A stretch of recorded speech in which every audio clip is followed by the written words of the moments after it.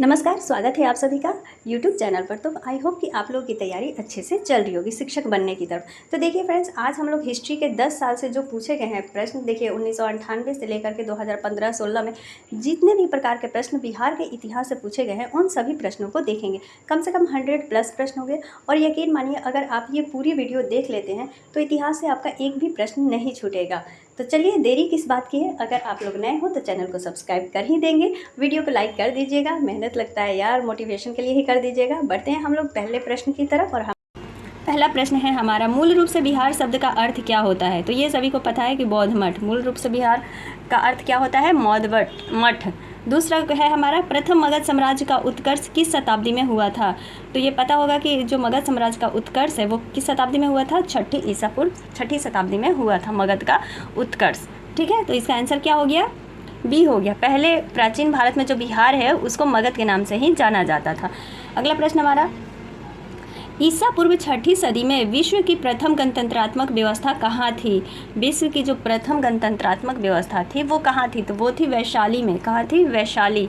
Next प्रश्न, विश्व का पहला गणतंत्र वैशाली में किसके द्वारा स्थापित किया गया था? देखिए प्रश्न किस प्रकार से घुमाकर पूछ दिया कि जो ये गणतंत्र वैशाली है ये किसके द्वारा स्थापित किया गया था? तो ये किया गया था लिच्छवियों के द्वारा। किसके द्वारा? लिच्छवियों के द्वारा स्थापित किया गया था। 5वां प्रश्न, बिंबिसार ने निम्नांकित में से किस राज्य से वैवाहिक संबंध, क्योंकि ये अपने साम्राज्य का विस्तार जो था अलग अलग राज्यों से की लड़कियों से शादी करके ही अपने साम्राज्य का विस्तार कर रहा था, ये वैवाहिक नीति अपनाया था। तो बोल रहा है कि किस वैवाहिक संबंध स्थापित नहीं किया था, किस राज्य से? वो नहीं किया था विदेह से, बाकी सब जगह से यह किया था।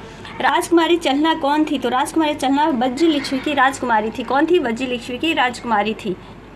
निम्नलिखित में से किस राजा ने वैवाहिक नीति अपनाकर अपने राज्य की स्थिति को मजबूत किया था? तो किसको? वो किया था बिंबिसार ने। अजातशत्रु के वंश का नाम क्या था? तो अजातशत्रु के वंश का नाम हर्यक था।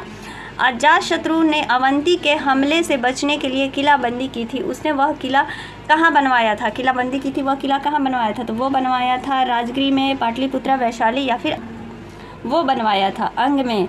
अगला है प्रश्न हमारा, अजातशत्रु किस राज्य को पराजित नहीं कर सका था? तो अवंती ऐसा राज्य था जिसको अजातशत्रु पराजित नहीं कर सका था। मगध की प्रारंभिक प्रथम राजधानी कौन सी थी? तो मगध की प्रारंभिक प्रथम राजधानी कौन सी थी? गिरिव्रज थी। उसके बाद फिर क्या कर दिया गया? पाटलिपुत्र स्थापित कर दिया गया। तो यहाँ पर पूछ रहा है कि प्रथम राजधानी, तो वो थी राजगृह। इसका आंसर क्या हो गया? सी हो गया। देखिए कितना बार पूछा है, किस शासक द्वारा सर्वप्रथम पाटलिपुत्र के राजधानी के रूप में चयन किया गया था? किस शासक के द्वारा जो है पाटलिपुत्र को राजधानी के रूप में चयन किया गया था? तो वो किया गया था उदयन को। पाटलिपुत्र का संस्थापक भी किसे कहा जाता है? वो कहा जाता है उदयन को। ये तो फेवरेट क्वेश्चन है भैया बीपीएससी का। उदयन के बाद मगध साम्राज्य पर किस राजवंश का शासन स्थापित हुआ? तो उदयन के बाद किस वंश का शासन स्थापित हुआ था? वो हुआ था शिशुनाग वंश का। किसका? शिशुनाग वंश का। किस मगध सम्राट ने स्वयं को एकाराट कहा था? स्वयं को क्या कहा था? एकाराट कहा था। वो कौन सा शासक था? तो वो शासक था महापद्मानंद। कौन था? महापद्मानंद था। अगला प्रश्न, नंद वंश के पश्चात मगध पर किस राजवंश ने शासन किया? तो किसने किया था? वो किया था मौर्य ने। मौर्य साम्राज्य की स्थापना हो गई थी ना, घनानंद को हरा करके चंद्रगुप्त मौर्य जो थे उन्होंने घनानंद को हराया और मौर्य वंश की स्थापना की। 17 प्रश्न है हमारा, निम्नलिखित में से मगध का कौन सा राजा सिकंदर महान का समकालीन था? कौन सा राजा था जो सिकंदर के समय था? वो राजा कौन था? घनानंद था। इसका आंसर क्या हो गया? बी हो गया। मगध में मौर्य वंश के शासन की स्थापना किसने की थी? मौर्य वंश के शासन की स्थापना किसने की थी? तो वो किया था चंद्रगुप्त मौर्य। किसने? चंद्रगुप्त मौर्य ने। पाटलिपुत्र में स्थित चंद्रगुप्त मौर्य का जो महल है वो किस चीज़ से बना हुआ है? तो वो है लकड़ी से। लकड़ी से बना हुआ है पाटलिपुत्र में जो चंद्रगुप्त का महल है। 20वां क्वेश्चन है हमारा, देखते जाइए, सारे ये पूछे हुए प्रश्न हैं। जिसके ग्रंथ में चंद्रगुप्त मौर्य का विशिष्ट रूप से वर्णन हुआ है वो कौन सा ग्रंथ है? किसके द्वारा वो रचित ग्रंथ है? तो वो है विशाखादत्त के द्वारा रचित ग्रंथ है जिसमें चंद्रगुप्त मौर्य के रूपों का वर्णन किया गया है। देखिए 21वां प्रश्न है हमारा, निम्नलिखित में से किस मौर्य राजा ने दक्कन की विजय की थी? देखिए कौन सा वो मौर्य राजा था जिसने दक्कन पर क्या किया था? विजय प्राप्त किया था। तो कौन सा मौर्य राजा था? वो था चंद्रगुप्त मौर्य। नेक्स्ट प्रश्न हमारा, कौटिल्य का अर्थशास्त्र कितने अधिकरणों में विभाजित है? कौटिल्य का अर्थशास्त्र जो है वो कितने अधिकरणों में विभाजित है? तो वो है 15 अधिकरणों में, 15 भागों में मतलब यह विभाजित है। मौर्य काल में शिक्षा का सर्वाधिक प्रसिद्ध केंद्र कौन सा था? मौर्य काल में शिक्षा का सबसे प्रसिद्ध जो केंद्र था वो था तक्षशिला। कौन सा था? तक्षशिला था। अब ये प्राचीन इतिहास चल रहा है, उसके बाद आधुनिक भी आएगा। हर प्रकार के इतिहास के सारे प्रश्न आज आपको एक वीडियो में पूरा कंप्लीट मिलेगा। तो पूरी वीडियो ज़रूर देखिए और चैनल को लाइक सब्सक्राइब कर दीजिएगा नए हैं तो। अगला प्रश्न हमारा, पाटलिपुत्र को इनमें से किस शासक ने सबसे पहले अपनी राजधानी बनाई थी? पाटलिपुत्र को बोल रहा है कि इनमें से कौन सा जो राजा था वो सबसे पहले राजधानी बनाया था? तो वो था चंद्रगुप्त मौर्य। कौन था? चंद्रगुप्त मौर्य जो था उसने पाटलिपुत्र को सबसे पहले अपनी राजधानी बनाई थी। देखिए फ्रेंड्स, कंफ्यूज नहीं होना है। एक हम लोग ऊपर क्वेश्चन देखे थे कि चयन किया था वो उदयन था। एक मिनट रुकिए, देखिए इस प्रश्न को आप लोग देखिए, कंफ्यूज नहीं होइएगा। यहाँ पर पूछ रहा था कि किस शासक द्वारा सबसे पहले पाटलिपुत्र की राजधानी के रूप में चयन किया गया था, ठीक है। और यहाँ पर था कि वो कौन सा शासक था जिसने पाटलिपुत्र के अपनी राजधानी बनाई, सबसे पहले अपनी राजधानी बनाई, सर्वप्रथम अपनी राजधानी बनाई, तो चंद्रगुप्त मौर्य। इसी प्रकार से कन्फ्यूज़न वाले क्वेश्चन एग्जाम में हमें कन्फ्यूज़ कर देते हैं, तो बिल्कुल कन्फ्यूज़ नहीं होना है, कन्फ्यूज़न को दूर करते हुए चलना है। मेगास्थनीज की पुस्तक का नाम क्या है? तो ये तो सबको पता होगा कि इंडिका। देख रहे हैं कितना बार पूछा गया है। अगला, वो स्रोत जिसमें पाटलिपुत्र के प्रशासन का वर्णन उपलब्ध है वो है, तो वो कौन सा है? वो है इंडिका। इंडिका किसकी रचना है? तो मेगास्थनीज की इंडिका रचना है। अगला प्रश्न हमारा, सेंड्रोकोटस से चंद्रगुप्त मौर्य की पहचान किसने की थी? सेंड्रोकोटस से चंद्रगुप्त की पहचान जो है किसने की थी? तो वो किए थे विलियम जोम्स ने। विलियम जोम्स जो कहते हैं कि वो सेंड्रोकोटस जो है वो चंद्रगुप्त ही हैं, मतलब चंद्रगुप्त मौर्य के बारे में पहचान किया गया था। अर्थशास्त्र के अनुसार सीता भूमि का अभिप्राय है। अर्थशास्त्र के अनुसार सीता भूमि का क्या अभिप्राय है? तो जनजातियों द्वारा जोती जाने वाली भूमि। इसका आंसर क्या हो गया? सी हो गया। नेक्स्ट प्रश्न हमारा, केवल वह स्तंभ जिसमें अशोक ने स्वयं को मगध का सम्राट बताया है, वह कौन सा स्तंभ है? तो वो स्तंभ है मौशिकी का लघु शिलालेख, जिसमें अशोक ने स्वयं को क्या बताया है? मगध का सम्राट बताया है। आंसर क्या हो गया? ए हो गया।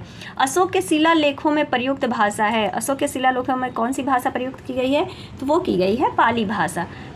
अशोक के ब्राह्मणी अभिलेखों को सर्वप्रथम किसने पढ़ा था? अशोक के ब्राह्मणी अभिलेखों को सबसे पहले किसने पढ़ा था? तो वो पढ़े थे जेम्स प्रिंसेप। किसने? जेम्स प्रिंसेप ने पढ़े थे। सम्राट अशोक के पिता का क्या नाम था? तो सम्राट अशोक के पिता कौन थे? वो थे बिंदुसार। अगला प्रश्न, गुप्त सम्राट जिसने हुनों को पराजित किया था। अच्छा, वो कौन गुप्त सम्राट था जिसने हुनों को पराजित किया था? तो वो कौन थे? वो थे स्कंदगुप्त। 34 प्रश्न, अंतिम मौर्य सम्राट कौन था? तो अंतिम मौर्य सम्राट कौन था? वो थे बृहद्रथ। कौन थे? बृहद्रथ थे। मौर्य वंश के पश्चात किस वंश का राज्य स्थापित हुआ था? तो मौर्य वंश के पश्चात किस वंश का राज्य स्थापित हुआ था? एक मिनट, कहाँ पर गया? हाँ, यहाँ। मौर्य वंश के बाद शुंग वंश का शासन स्थापित हुआ था, मतलब वंश स्थापित हुआ था। इसका आंसर क्या हो गया? डी हो गया। अगला प्रश्न है, मौर्य वंश के बाद किसका शासन, किस वंश का राज्य स्थापित हुआ था? तो वो हुआ था शुंग वंश का राज्य स्थापित। अगला प्रश्न, निम्नलिखित में से गुप्त वंश के किस शासक को विक्रमादित्य कहा जाता है? गुप्त वंश के किस शासक को कहा जाता है? चंद्रगुप्त द्वितीय को विक्रमादित्य कहा जाता है। 37 प्रश्न, गुप्त वंश के किस शासक को भारत का नेपोलियन कहा जाता है? वो थे हमारे समुद्रगुप्त। समुद्रगुप्त को भारत का नेपोलियन कहा जाता है। एंड अगला इसमें प्रश्न है कि अभिलेखों के शासक किस शासक का उल्लेख प्रियदसी अथवा देवनाम प्रिय के रूप में किया गया है? वो कौन सा शासक है? तो वो शासक है अशोक, जिसको कि प्रियदसी या देवानाम प्रिय के नाम से भी जाना जाता है। आगे बढ़ते हैं। अब ये प्रश्न आ गया हमारे आंदोलन से, राष्ट्रीय आंदोलन से, जो कि मीर जाफर आए गए, गोलघर, इन सब से ये पूछा हुआ सारे प्रश्न हैं, तो बिल्कुल इग्नोर नहीं करना है, देख लीजिए आप लोग प्रश्न। तो अब देखिए अगला प्रश्न है, बंगाल के किस नवाब ने मुंगेर को अपनी राजधानी बनाया था? तो कौन था? वो था मीर कासिम। मीर कासिम ने अपनी राजधानी कहाँ बनाई थी? मुंगेर बनाई थी। मुर्शिदाबाद से मुंगेर अपनी राजधानी बनाई थी। अगला प्रश्न, निम्नलिखित में से किस भारतीय को रॉबर्ट क्लाइव ने बिहार का नायब दीवान नियुक्त किया था? तो वो कौन भारतीय था? वो था सीताब रॉय। अगला प्रश्न, गोलघर का निर्माण किस जनरल के समय में हुआ था? तो गोलघर का निर्माण किस जनरल के समय में हुआ था? लॉर्ड कॉर्नवालिस के समय में। कब हुआ था? तो 1784 ईस्वी में, अगर सन पूछ लेता है तो। अगला प्रश्न हमारा, 1830 के दशक में पटना नगर केंद्र था। 1830 के दशक में जो पटना नगर केंद्र था वो किसका था? तो वहाबी आंदोलन का केंद्र था। अगला प्रश्न देख रहे हैं फ्रेंड्स, सारे ये एग्जाम में आए हुए हैं, बीपीएससी के द्वारा पूछे हुए हैं। अगला प्रश्न है हमारा, पटना के 1857 के स्वतंत्रता संग्राम के नेता कौन थे? 1857 के, तो वो कौन थे? पटना के पूछ रहा है। देखिए, पटना के 1857 के स्वतंत्रता संग्राम के नेता पीर अली खान थे। कौन थे? पीर अली खान थे। 1857 की क्रांति के बिहार के नेता कौन थे? अगर बिहार टोटल पूछ लेता है तो उसके नेता होंगे वीर कुंवर सिंह, लेकिन अगर पटना लगा देता है तो वहाँ पर हो जाएंगे पीर अली खान। ठीक है, तो इसका आंसर क्या हो गया? डी हो गया। निम्नलिखित में से कौन सा कथन सही है? यहाँ पर पूछ रहा है कौन सा कथन सही है, तो चारों ऑप्शंस पढ़ना है। 1857 में दरभंगा, डुमराव और हटवा के महाराजाओं और उनके साथी जमींदारों ने आदमी तथा पैसे से अंग्रेज़ों की मदद की थी। तो ये पूछ रहा है कौन सा सही है, तो यही सही होगा क्योंकि सही में उन्होंने मदद की थी। यहाँ पर बोल रहा है नहीं की थी, फिर बोल रहा है आदमियों से नहीं की थी, लेकिन उन्होंने मदद की थी, तो इसका आंसर हो गया ए। अगला प्रश्न, फटाफट हम लोग बस क्वेश्चन और आंसर को समझते चलेंगे। 1860 में प्रकाशित नील दर्पण नील की खेती करने वाले की दुर्दशा चित्रित करता है। नील दर्पण के रचनाकार कौन है? तो सभी को पता है कि दीनबंधु मित्र हैं जो नील दर्पण के रचयिता हैं। 1866-86 के नील खेतिहरों के बिहार में हुए विद्रोह के क्षेत्र की पहचान करें। मतलब जब नील खेतिहरों के लिए जो बिहार में विद्रोह हुए थे, किस क्षेत्र में हुआ था? तो वो हुआ था चंपारण और मुजफ्फरपुर क्षेत्र में हुआ था। इसका आंसर क्या हो गया? डी हो गया।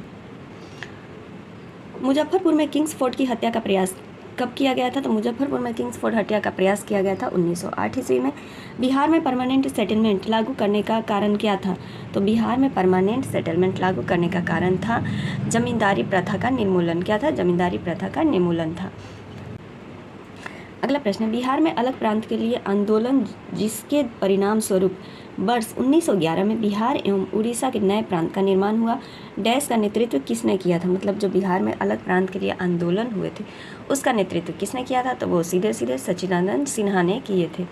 बिहार बंगाल से कब अलग हुआ? तो बिहार बंगाल से कब हुआ? 1912 ईस्वी को।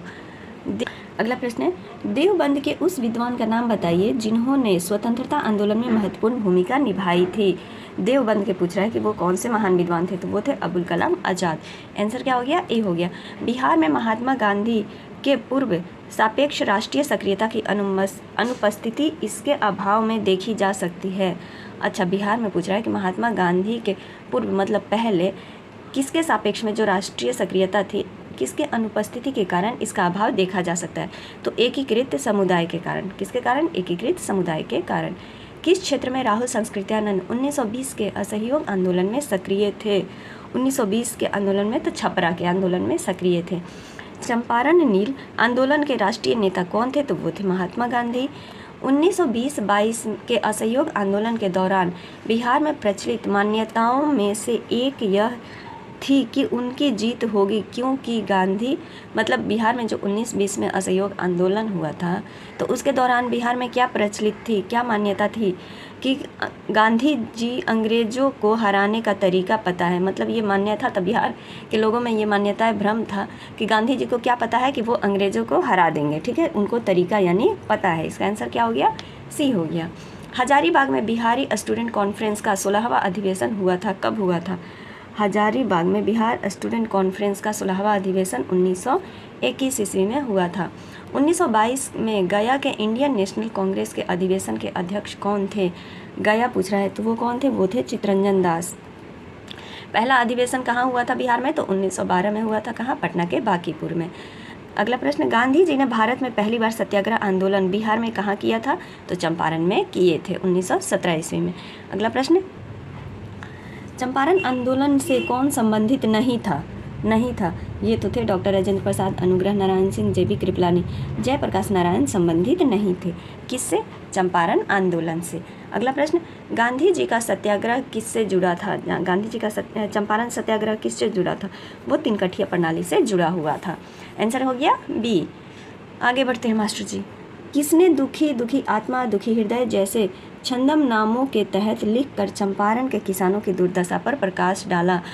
पीर मोहम्मद मुनीस ने ऐसी बातें डाल करके जो चंपारण में किसानों की दुर्दशा थी उस पर व्यक्तियों का क्या किए? ध्यान जो है आकृष्ट किए थे। प्रभावती देवी किस क्षेत्र की स्वतंत्रता संग्राम सेनानी थी? चंपारण की। प्रभावती देवी किस क्षेत्र की स्वतंत्रता सेनानी थी? तो चंपारण की। बिहार में किस स्थान पर भारतीय राष्ट्रीय कांग्रेस का 1922वां अधिवेशन हुआ था? वो तो गया में हुआ था।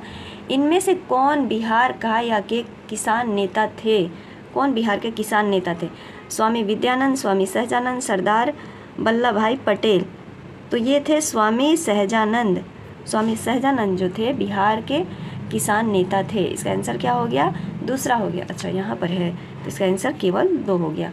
अगला प्रश्न, बिहार में किसान सभा की स्थापना किसके द्वारा की गई थी? तो वो की गई थी सहजानंद के द्वारा। प्रांतीय किसान सभा, देखिए पूछता है कि बिहार में प्रांतीय किसान सभा के गठन किसने किया था? तो सहजानंद ने। कब? तो 1929 ईस्वी में। इसके अध्यक्ष कौन थे? तो सहजानंद थे जो प्रांतीय किसान सभा बना था, और उसके जो सचिव बने थे वो जो हमारे प्रथम मुख्यमंत्री है श्री कृष्ण सिंह, उनको बनाया गया था। ठीक है, अब इससे कन्फ्यूज़न कहाँ आता है? एक आता है देखिए, और जो अखिल भारतीय किसान सभा है वो भी सहजानंद सरस्वती की अध्यक्षता में किया गया था, लेकिन वो कब किया गया था?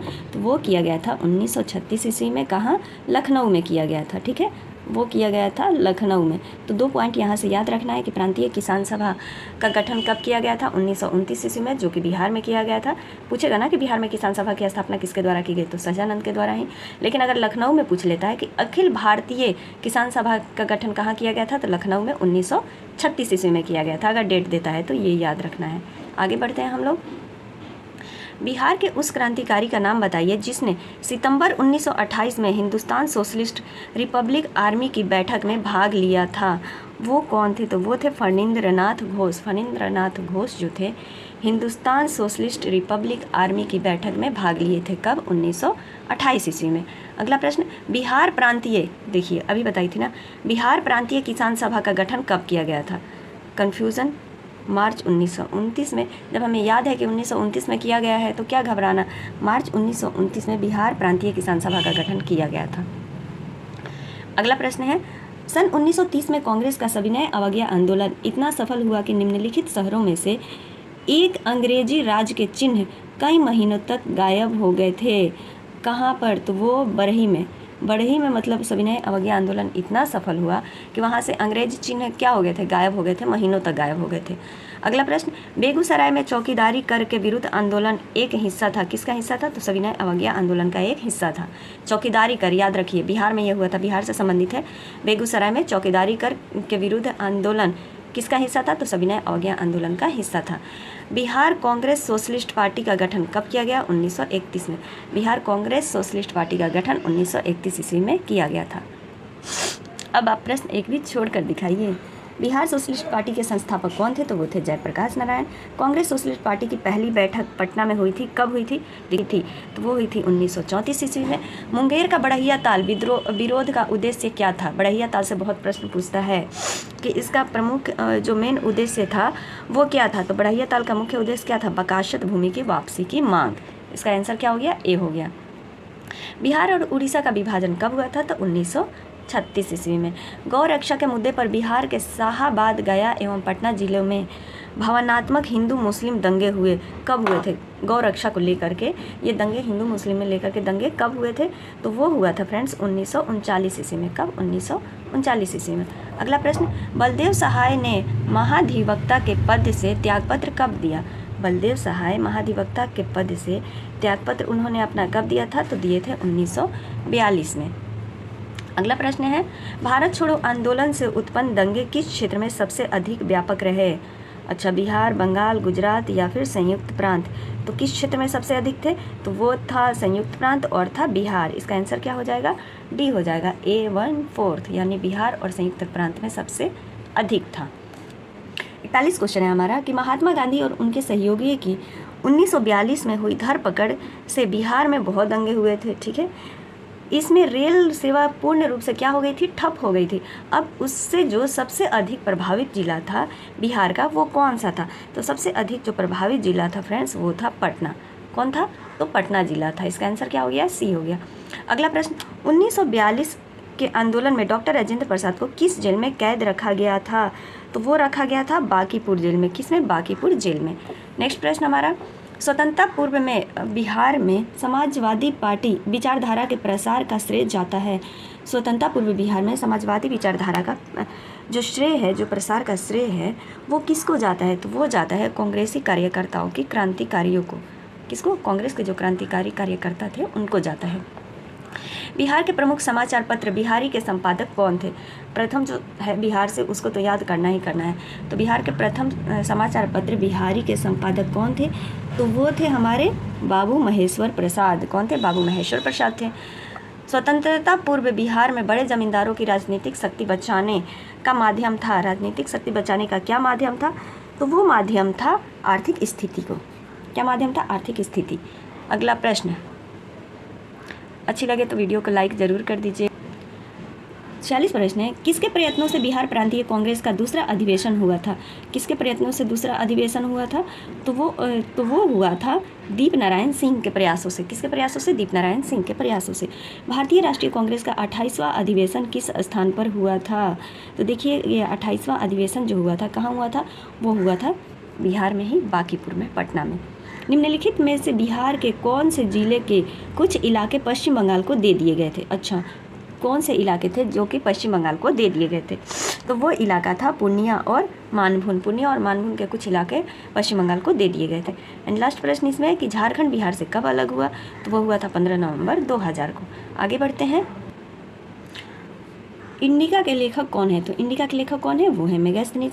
मेगास्थनीज ने भारतीय समाज को कितनी श्रेणियों में विभाजित किया है? तो वो किए हैं 7 श्रेणियों में।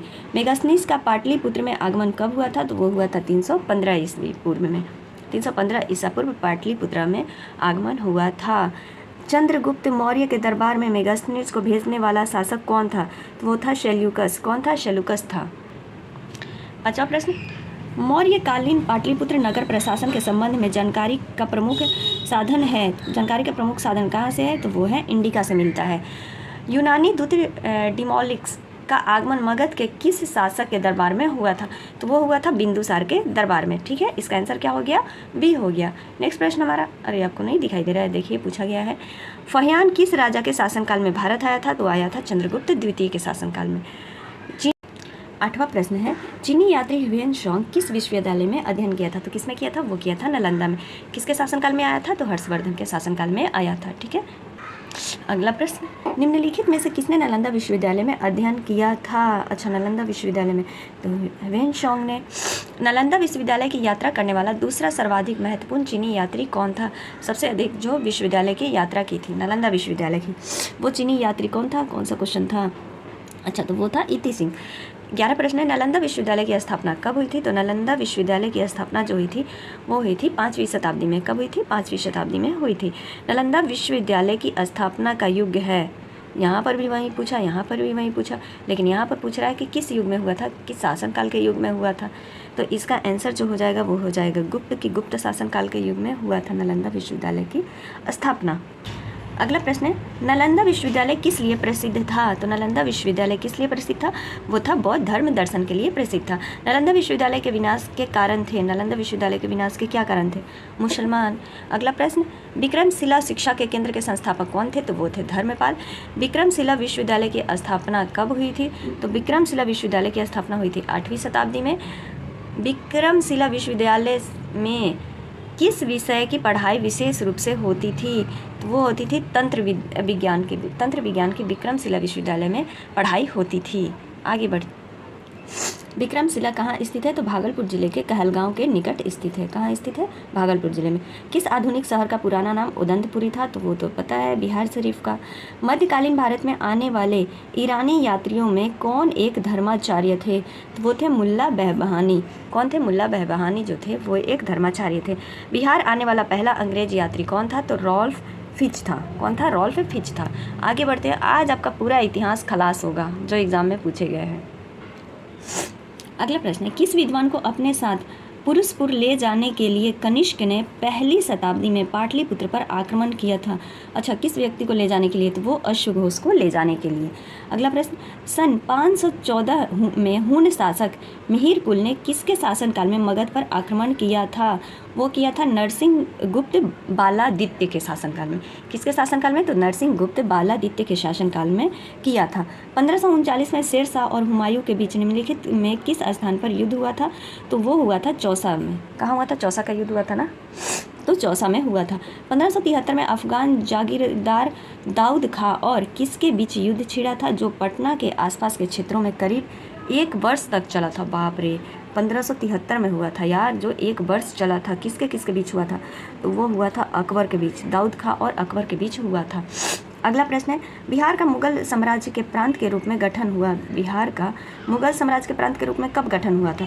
तो वो हुआ था 1580 ईस्वी में। कब हुआ था? 1580 ईस्वी में। अगला प्रश्न, बिहार का पृथक प्रांत के रूप में गठन की मांग प्रस्तुत की गई थी।